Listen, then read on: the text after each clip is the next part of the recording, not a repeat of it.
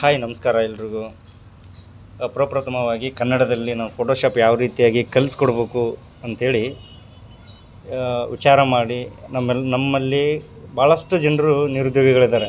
ಅವರಿಗೆ ಅನುಕೂಲ ಆಗಲಿ ಅಂಥೇಳಿ ನನ್ನ ಒಂದು ಚಿಕ್ಕ ಪ್ರಯತ್ನದಿಂದ ನಾನು ಕಲಿತಿರ್ತಕ್ಕಂಥ ವೃತ್ತಿಯಿಂದ 4 ಜನರಿಗೆ ತಿಳಿಸ್ಕೊಡ್ಬೇಕು ಅನ್ನೋ ಭಾವನೆಯಿಂದ ನಾನೇನು ಡೈಲಿ ವರ್ಕ್ ಮಾಡ್ತೀನಿ ಅದನ್ನು ನಿಮಗೆಲ್ಲನೂ ಅಪ್ಡೇಟ್ ಮಾಡ್ತೀನಿ. ಇನ್ಮೇಲೆ ಬನ್ನಿ, ಈಗ ಪಾಸ್ಪೋರ್ಟ್ ಯಾವ ರೀತಿಯಾಗಿ ಮಾಡೋದಂತ ನಿಮ್ಗೆ ತಿಳಿಸ್ಕೊಡ್ತೀನಿ.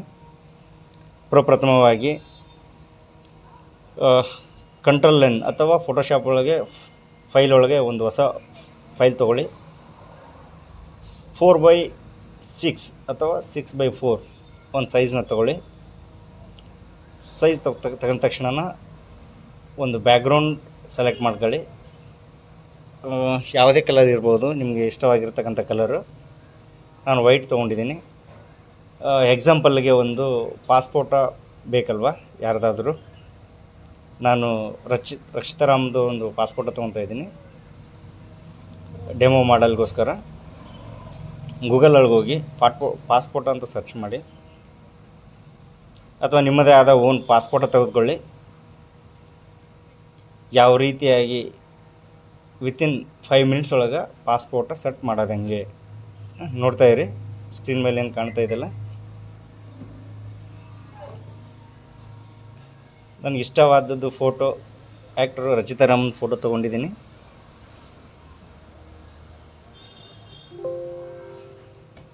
ರಚಿತಾರಾಮ್ ಫೋಟೋ ಬಂತು ನೋಡಿ, ಪಿಕ್ ಮಾಡ್ಕೊಳ್ಳಿ ಯಾವುದು ಚೆನ್ನಾಗೈತೆ. ಒಂದು ಫ್ರಂಟ್ ವ್ಯೂವಲ್ಲಿರೋಂಥದ್ದು ಫೋಟೋ. ನನಗೆ ಇಲ್ಲಿ ಅಂತಕ್ಕಂಥ ಒಂದು ಫೋಟೋ ಚೆನ್ನಾಗಿ ಕಾಣಿತು, ಇದನ್ನು ತೊಗೊಂಡಿದ್ದೀನಿ.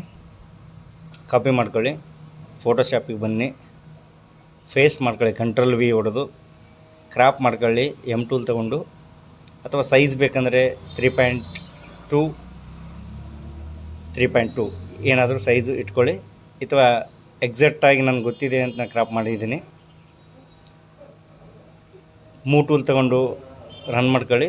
ಒಂದು ಈಸಿಯಾಗಿ ಹೇಳ್ಬೇಕಂತಂದರೆ ಕಂಟ್ರೋಲ್ N ಹೊಡೆದು ಒಂದು ನ್ಯೂ ಪೇಜ್ ತೊಗೊಂಡು ಪೇಸ್ಟ್ ಮಾಡ್ಕೊಳ್ಳಿ ಕ್ರಾಪ್ ಮಾಡಿರ್ತಕ್ಕಂಥದ್ದು. ಆನಂತರ ಎಡಿಟಿಗೆ ಹೋಗಿ ಡಿಫೈನ್ ಪ್ಯಾಟ್ರನ್ನಿ ಓಕೆ ಕೊಡಿ. ನಂತರ ಕಂಟ್ರೋಲ್ N ನೋಡಿರ್ತಿರಲ್ಲ, 4x6 ಪೇಜಿಗೆ ಹೋಗಿ ಡಿಫೈನ್ ಪ್ಯಾಟ್ರೊಳಗೆ ಫಿಲ್ ಅಂತಿರುತ್ತೆ. ಫಿಲ್ ಒಳಗೆ ಫೋಟೋ ಪಿಕ್ ಮಾಡಿ ರಚಿತಾರಾಮಂದು ಫೋಟೋಸು ಟೋಟಲ್ಲಿ ಆಟೋಮೆಟಿಕ್ಲಿ ಸೆಟ್ ಆಯಿತು.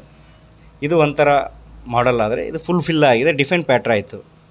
ಹಾಗೆ ಈಸಿಯಾಗಿ ಏನಪ್ಪ ಅಂತಂದರೆ ಫೋಟೋನ ಡ್ರ್ಯಾಗ್ ಮಾಡ್ಕೊಂಡು ಒಂದು ಸೈಜಿಗೆ, ನಿರ್ದಿಷ್ಟ ಸೈಜ್ಗೆ ಹಾಲ್ಟ್ ಹಿಡ್ಕೊಂಡು ಎಳ್ಕೊಳ್ಳಿ.